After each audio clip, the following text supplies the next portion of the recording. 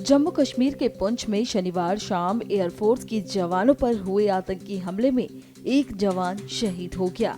हमले में 5 जवान घायल हुए थे, जिन्हें एयरलिफ्ट कर उधमपुर के अस्पताल ले जाया गया। इलाज के दौरान एक जवान की मौत हो गई। एक अन्य जवान की हालत गंभीर बनी हुई है। ये हमला पुंछ के शाहिस्तार इलाके में हुआ। आतंकियों ने सुरक्षा बलों के 2 वाहनों पर भारी फायरिंग की। इसमें से एक वाहन एयरफोर्स का था। दोनों गाड़ियां सनाई टॉप जा रही थीं।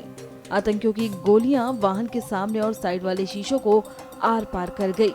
इस इलाके की अब घेराबंदी कर ली गई है। इस हमले के बाद चप्पे चप्पे की निगरानी की जा रही है। बड़ी संख्या में सुरक्षा बल वाहनों की चेकिंग कर रहे हैं। इस बड़े आतंकी हमले पर सुरक्षा विशेषज्ञों ने क्या कहा, सुनिए। इस काम को अंजाम देने का मतलब क्या है?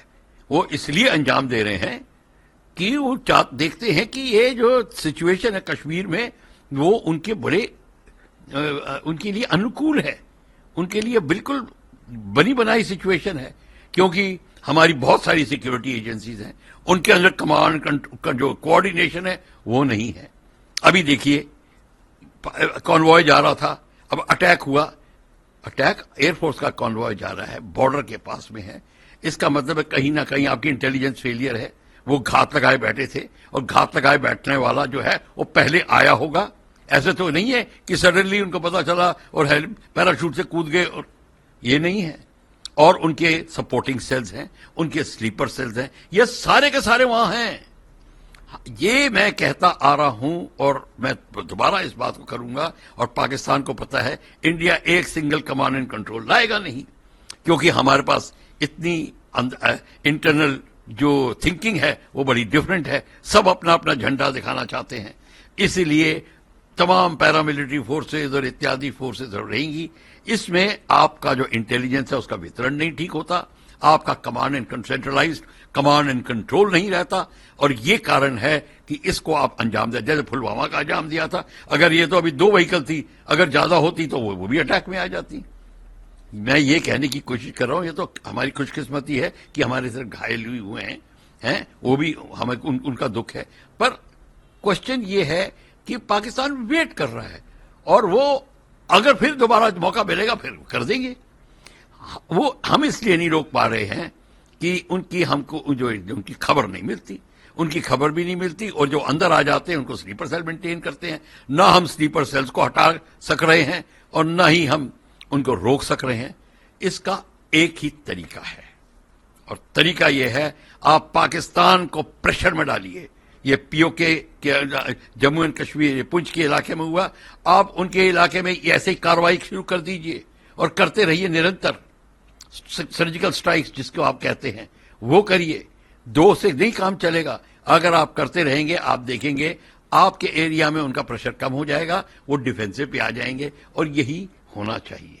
इस प्रकार का जो प्रयास खास करके इलेक्शन के दौरान कुछ ऐसे पाकिस्तान द्वारा भेजे गए लोगों द्वारा किया जाएगा, घुसपैठ कराने की कोशिश की जाएगी, वहां का माहौल खराब करने की कोशिश की जाएगी।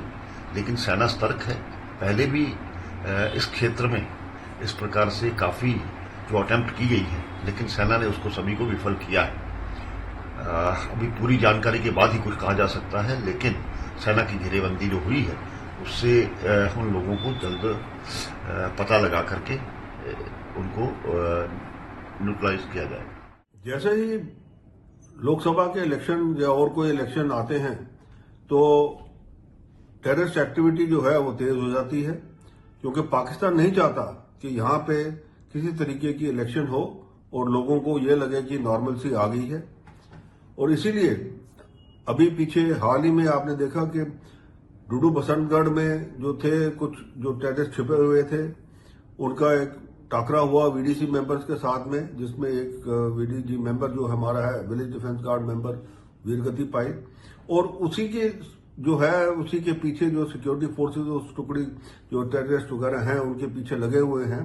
और आज वो लगता है वही टेररिस्ट जो है वो सूरनकोट इलाके के अंदर एक एयरफोर्स की जो गाड़ियां थी उसके ऊपर उन्होंने इंडिस्क्रिमिनेट फायरिंग की।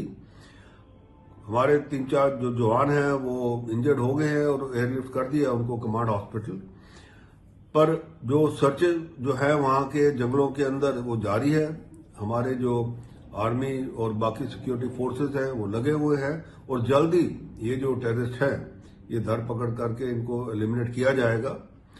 तो ये जो कार्रवाई पाकिस्तान की चले जा रही है और एक तरफ से पाकिस्तान यूएन के अंदर बोलता है कि जी हिंदुस्तान के अंदर इतने जो है वो माइनॉरिटीज के साथ और बाकियों के साथ बहुत ज्यादती हो रही है, वो अपना नहीं देखता कि वो हिंदुस्तान में क्या करा रहा है। और ये जो चीज है पाकिस्तान को इसका खमियाजा जरूर भुगतना पड़ेगा, क्योंकि लोग जो हैं अब ये टेररिज्म के खिलाफ खड़े हुए हैं। कश्मीर घाटी के अंदर तो ऑलरेडी खड़े हैं और अब रजौरी पुंछ का जो इलाका है जो बचा हुआ है जहां ये टेररिस्ट क्योंकि उन घने जंगलों के अंदर जाके छुपे हुए हैं उनको भी मारने का, उनको धरपकड़ करने का कार्रवाई चल रही है। अभी तक कोई कैजुअलिटी ऐसी सीरियस नहीं हुई है। ये तो इंडिस्क्रिमिनेट फायरिंग थी उन एयरफोर्स की गाड़ियों के ऊपर। इसका मतलब ये है कि ये जो टेररिस्ट हैं ये डायरेक्ट कन्फ्रंटेशन नहीं करना चाहते जो है सिक्योरिटी फोर्सेस के साथ, और वो वहां से फायरिंग करके कहीं और छुप गए होंगे, कहीं और भागे होंगे, जिनके पीछे ये हमारी जो सिक्योरिटी फोर्सेस हैं वो लगी हुई हैं।